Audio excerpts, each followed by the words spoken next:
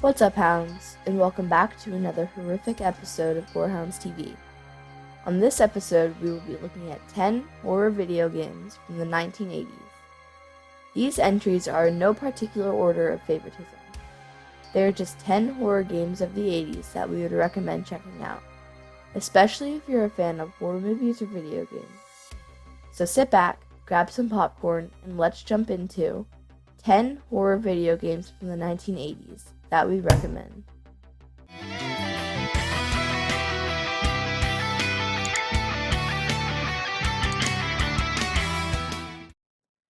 The 80s was a great time for horror movies. A Nightmare on Elm Street, The Shining,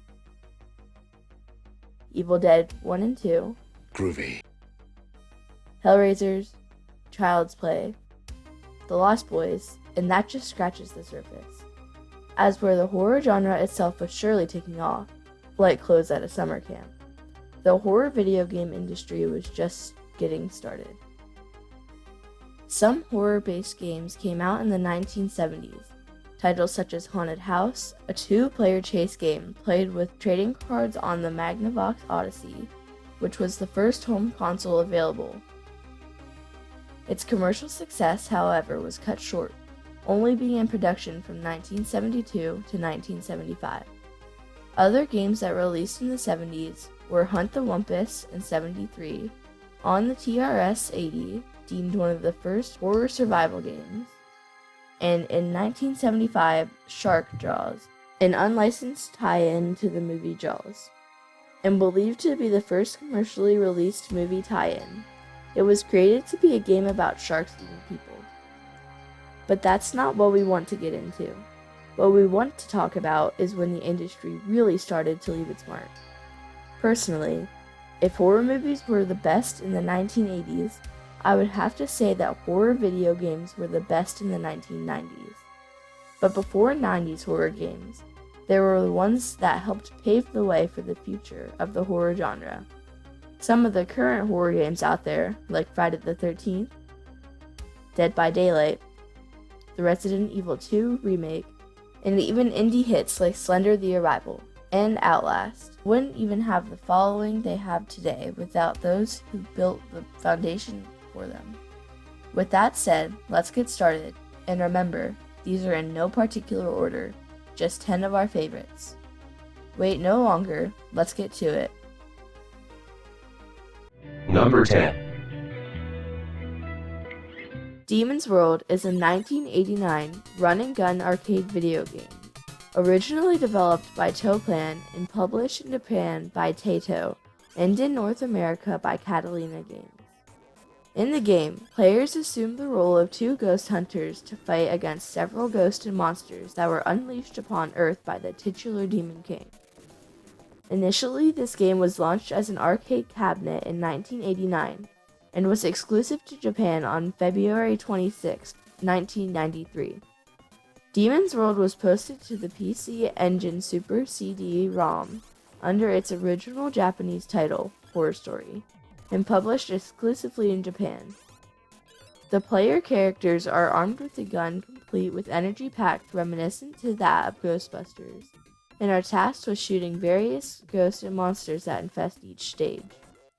Though players can also defeat enemies Mario Bros. Style by jumping on them, players also have the ability to double jump. Firing on determined locations is crucial for reaching high scores to obtain extra lives, featuring various spirits and creatures of Japanese folklore. Some of these include ghostly Karakasa, Chochino Baki, Kappa, Hitosume Kuzao, and Rokuro Kubi. This game is pretty hard to find, and with it being a Japanese exclusive, it's pretty hard to come by in the States. Number 9. Number 9. Xenophobe, 1987. Xenophobe is an arcade game developed and published by Midway in 1987. Xenophobe consists of star bases, moons, ships, and space cities, all of which are infested with aliens, and the players have to kill the aliens before it is completely overrun. The screen is split into 3 horizontally scrolling windows, one for each of up to 3 players, which are all coexisting in the same game world. The goal of each level is to defeat all the aliens before time runs out. Players can also pick up more powerful weapons and other items to help the eradication of the aliens. The hostile aliens, known as Xenos, come in different forms. There are eggs. If an egg hatches, it creates a critter, which can attach itself to a player and drain health. If a critter is not killed, it eventually matures into a roller. Rollers sometimes grow into the warrior, Xeno form, which attacks by leaping and requires multiple hits to kill for most weapons. Other Xenos include tentacles that randomly appear from the deck or ceiling and trap or strangle the player respectively. And the arguable toughest enemy is the Xeno Queen, which appears either in doorways or behind certain backgrounds, and throws eggs at players and shoots hypnotic eye beams which traps players and drains their health. This game was originally an arcade cabinet, but was released to home console in the beginning of 1988. This game isn't difficult to find today. There is a link in the description below if you're interested in purchasing it. Number 8. Number 8. Project Firestarter, 1989.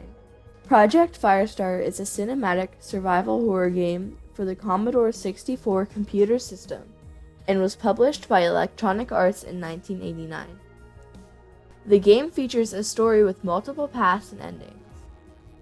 The game is a side-scrolling pseudo 3D action adventure game. The player's character can run left or right through environments, shooting enemies with his laser gun and entering doors. On September 12, 2061, the System Science Foundation loses contact with the research vessel Prometheus. The SSF sends Agent John Hawking to investigate, warning him of the genetic experiment that has been taking place on the ship. Almost immediately after docking at the Prometheus, John finds his first hint at the nature of the incident: a dismembered crew member. John's primary objectives are to recover the science log for the experiment, the Project Firestarter, and to set the Prometheus to self-destruct, in order to curb whatever disaster the experiment has caused. However, occasional cutscenes interspersed through gameplay clue the player into other happenings on the ship, all of which serve to complicate the situation in one way or another. While on board the Prometheus, Hawking discovers the entire crew brutally murdered, and the ship infested with large hostile creatures. Some of the terminals throughout the space station contain logs and journals of the personnel, which provide a history of the genetic project and thus a backstory. A revolutionary feature in 1989, which has become very common in modern video games. We can't find a modern copy of this game, but if you are a collector, we have located a rather pricey version, and the link is below if you're interested. Number 7. On to number 7, Friday the 13th, 1985. Friday the 13th is a survival horror video game published by LJN and developed by Atlus for the Nintendo Entertainment System video game console.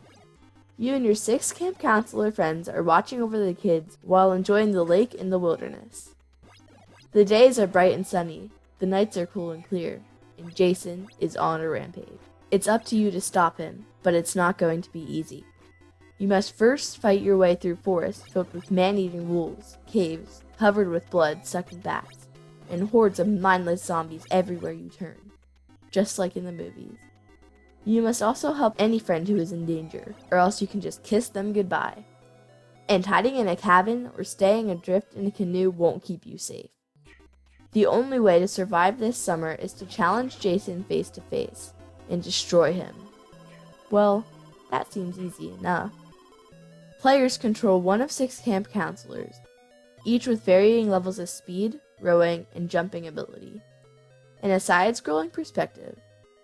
The goal is to find and defeat Jason Voorhees 3 times. Again, easy peasy. You may upgrade your weapon upon finding a new one. A timed alarm appears at certain intervals. When inside a cabin, Jason will attack the player, and the game will switch to a Punch-Out-esque style minigame. The objective of the game is to survive for 3 days and 3 nights while attempting to find and kill Jason. Players may battle Jason's mother. She is represented as Medusa-like, floating her head that swoops down to attack the player. If all counselors or children die, the game is over. If you're interested in purchasing an original of this game, the link can be found down below. Plus, who wouldn't want a purple Jason? Number 6. Coming in at number 6, Maniac Mansion, 1987. Maniac Mansion is a 1987 graphic adventure video game developed and published by Lucasfilm Games. It follows teenage protagonist Dave Miller as he attempts to rescue his girlfriend, Sandy Pants, from a mad scientist. The player uses a point-and-click interface to guide Dave and 2 of his 6 playable friends through the scientist's mansion while solving puzzles and avoiding dangers. Gameplay is non-linear, and the game must be completed in different ways based on the player's choice of characters. Initially released for the Commodore 64 and Apple II, Maniac Mansion was Lucasfilm's first self-published product. The game was imported to NES until 1988, and that was in Japan only. In 1990, the game finally got its US release. While initially the game wasn't a mega success, but much like other cult classics, it gained its following, and to this day, its reviews over the year remain near perfect and very well received. The player starts the game by choosing 2 out of 6 characters to accompany protagonist Dave Miller. Each character possesses unique abilities. For example, Sid and Razor can play musical instruments, while Bernard can repair appliances. The game may be completed with any combination of characters, but since many puzzles are solvable only by certain characters, different paths must be taken based on the group's composition. The game takes place in the mansion of the fictional Edison family. Dr. Fred, a mad scientist, Nurse Edna, his wife, and their son, Weird Ed. Living with the Edisons are 2 large disembodied tentacles, one purple and the other green. The intro sequence shows that a sentient meteor crashed near the mansion 20 years earlier. It brainwashed the Edisons and directed Dr. Fred to obtain human brains for use in experiments. The game begins as Dave Miller prepares to enter the mansion to rescue his girlfriend, who had been kidnapped by Dr. Fred. With the exception of the green tentacle, the mansion's inhabitants are hostile and will throw the player's characters into the dungeon, or in some situations, kill them, and the game ends if all characters are killed. Maniac Mansion has 5 possible endings, based on which characters are chosen, which survive, and what the characters accomplish. This is a fairly cheap and easy classic to get your hands on. You can find a link to purchase a copy in the description below.